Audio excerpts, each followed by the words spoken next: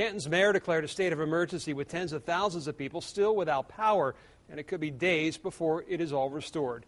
News Channel 5's Curtis Jackson joins us live tonight in Canton. And Curtis, how are the efforts to restore that power going tonight? Well, they have certainly ended after a long day, John. They plan to get right back at it in the morning. Meanwhile, some folks here in the Canton Civic Center getting used to their new cots instead of their nice, warm, and comfy beds at home. Many of them obviously having a tough night getting to sleep tonight. Meanwhile, that effort to get that power back on, still ongoing.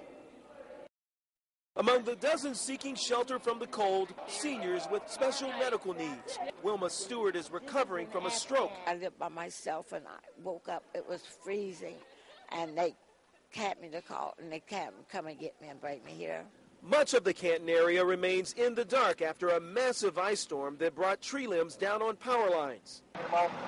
AEP crews from across the region are working virtually around the clock to restore power. The hundreds of crews that are manning these trucks are working 16-hour shifts. At the end of those shifts, they get onto these buses and they're shuttled over to hotels for a good night's rest. And then it's right back at it the next day. The damage is so extensive, some crews must spend hours clearing debris before they can even start repairs. They rolled in, and there was a fleet of about 12 of them, and they went ahead and did their business, cut the branches down, and worked on the lines for a little bit, and then they rolled out. When the Blair family saw the trucks, they thought their dependence on light and heat from the fireplace was over. I was hoping they was going to be the heroes tonight. Yeah. I know a lot of people around here are getting awful cold.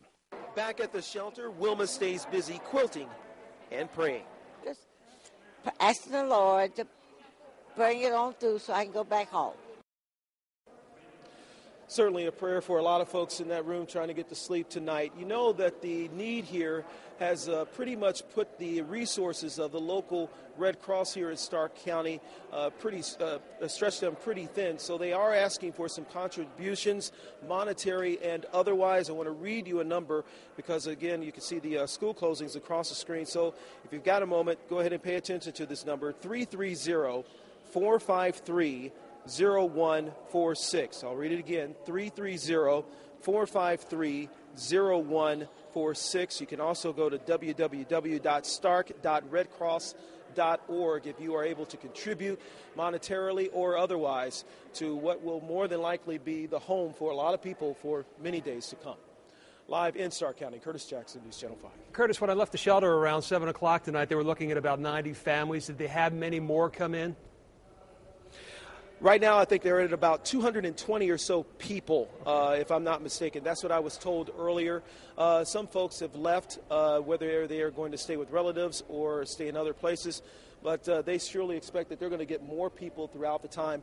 As some folks, as you saw in our report, have decided to go ahead and kind of hunker down in their homes. But they don't know how much longer they're going to be able to continue that. The Blair family that I spoke to said they might give it another day or so before they have to find some place to stay. All right, Curtis Jackson reporting live in Canton.